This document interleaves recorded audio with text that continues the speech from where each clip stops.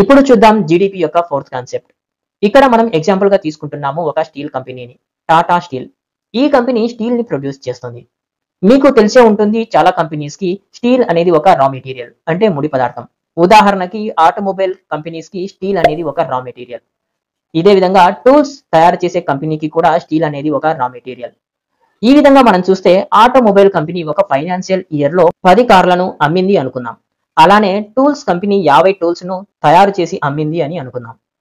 ఇప్పుడు ఈ final goods యొక్క వాల్యూ ఏదైతే ఉందో అది జీడీపీ క్యాలిక్యులేషన్ లో పార్ట్ అవుతుంది. కానీ టాటా స్టీల్ కంపెనీ ప్రొడ్యూస్ చేసిన స్టీల్ జీడీపీ క్యాలిక్యులేషన్ లో కన్సిడర్ చేయరు. ఎందుకంటే స్టీల్ అనేది ఒక ఇంటర్మీడియట్ గుడ్. ఎందుకంటే ఇది వేరే ప్రొడక్ట్స్ తయారు చేయడానికి ఒక ఇన్పుట్ గా యూజ్ అవుతుంది. సో ఇక్కడ కాన్సెప్ట్ ఏంది అంటే మనం ఫైనల్ గూడ్స్ యొక్క మార్కెట్ వాల్యూని మాత్రమే జీడీపీ క్యాలిక్యులేషన్ లో కన్సిడర్ చేస్తాము.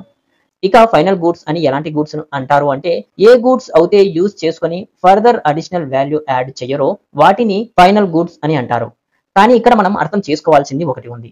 అది ఎందుకు ఇంటర్మీడియట్ గూడ్స్ ని జీడీపీ క్యాలిక్యులేషన్ లో యాడ్ చేయరు అని. పదండి దాని గురించి ఇప్పుడు మనం డీటెయిల్డ్ గా తెలుసుకుందాం. ఇలా ఊహించండి, టాటా స్టీల్ కంపెనీ ఒక ఫైనాన్షియల్ ఇయర్ లో 5 కేజీల స్టీల్ ని ప్రొడ్యూస్ చేసింది అని.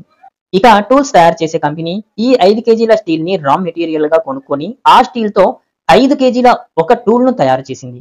అంటే ఎంత అయితే స్టీల్ ని కొనుక్కుందో దానితో ఒకటే టూల్ ను తయారు చేసింది.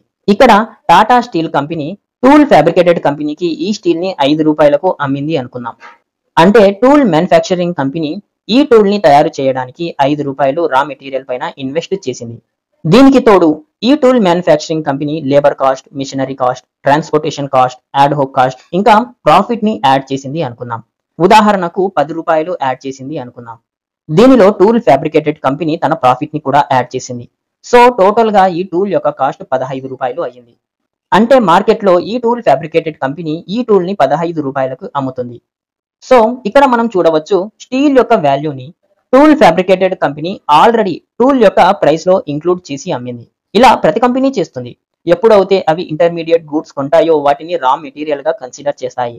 అందుకే టూల్ యొక్క మార్కెట్ వాల్యూ జీడీపీలో యాడ్ చేయబడుతుంది. ఇంటర్మీడియట్ గూడ్స్ యొక్క వాల్యూని జీడీపీలో యాడ్ చేయరు.